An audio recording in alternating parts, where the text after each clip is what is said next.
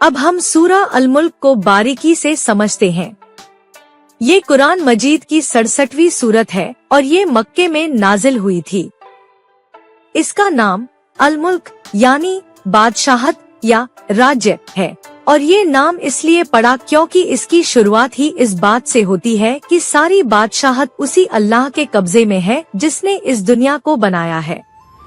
ये सूरत इंसान को अल्लाह की कुदरत पर गौर करने और आखिरत के दिन पर यकीन करने की दावत देती है। पूरा माहौल और वजह नुज़ूल।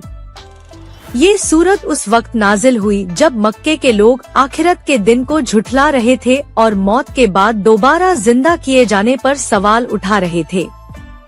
वो कहते थे कि क्या जब हम मिट्टी में मिल जाएंगे तो फिर से नया जन्म होगा?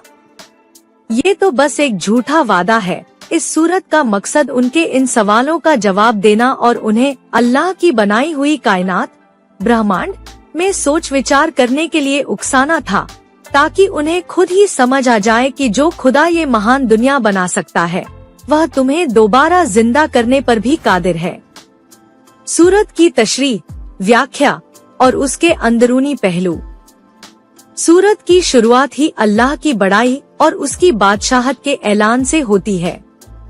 वही है जिसने मौत और जिंदगी को बनाया ताकि वह देखे कि तुम में से कौन ज्यादा अच्छे अमल करता है, और वह बड़ा ही गालिब, प्रबल और माफ करने वाला है।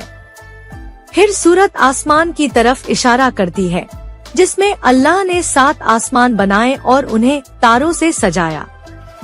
ये सजावट सिर्फ खूबसूरती के लिए नहीं है बल्कि शैतान के लिए एक सजा भी है। कोई शैतान अगर ऊपर की बातें सुनने की कोशिश करे तो उसके पीछे एक चमकता हुआ उल्का, टूटता तारा लगा दिया जाता है। ये अल्लाह की ताकत और हिकमत की निशानी है। फिर सूरत में उन लोगों के लिए दर्दनाक अजाब का जिक्र है जो अपने रब से डरते नहीं हैं। अगर तुम उन्हें सच्चाई से मुंह मोड़ते हुए देखो तो जान लो कि अल्लाह उन्हें उनके गुनाहों की वजह से पकड़ेगा। ये वो लोग हैं जो सीने में घमंड भरे हुए हैं और जब उनसे पूछा जाता है कि अल्लाह ने क्या नाजिल किया है तो वो कहते हैं कि पुराने लोगों की कहानियां हैं। ये लोग कयामत के दिन अपने किए का पूरा बोझ उठाएंगे और बुरी जगह जाएंगे। इसके बाद सूरत इंसान को जमीन पर चलने फिरने और अल्लाह की रोजी जीविका को तलाश करने की दावत देती है। क्या उन्होंने उठती हुई हवा को नहीं देखा? क्या वो लोग उसे नहीं रोक सकते? और क्या वो उस पर काबू रखते हैं?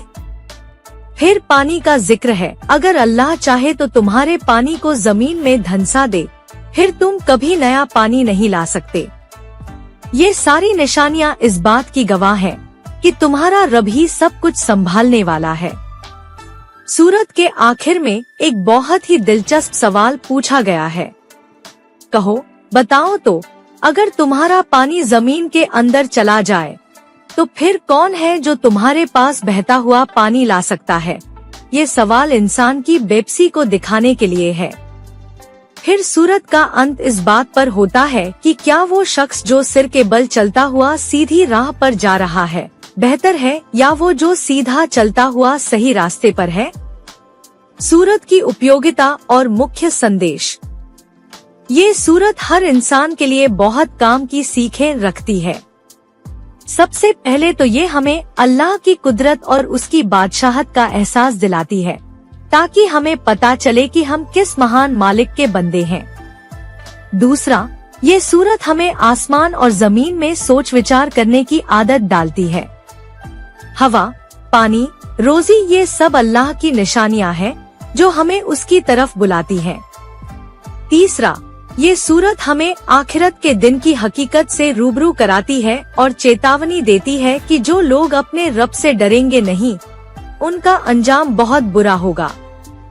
आखिर में ये सूरत हमें हमारी कमजोरी और अल्लाह की ताकत का एहसास दिलाती है ताकि हम घमंड छोड़कर सिर्फ उसी के आगे झुकें। निष्कर्ष, सूरा अल मुल्क एक ऐसी सूरत है जो इंसान की आंखें खोल देती है। ये हमें हमारे आसपास की दुनिया को एक नई नजर से देखना सिखाती है।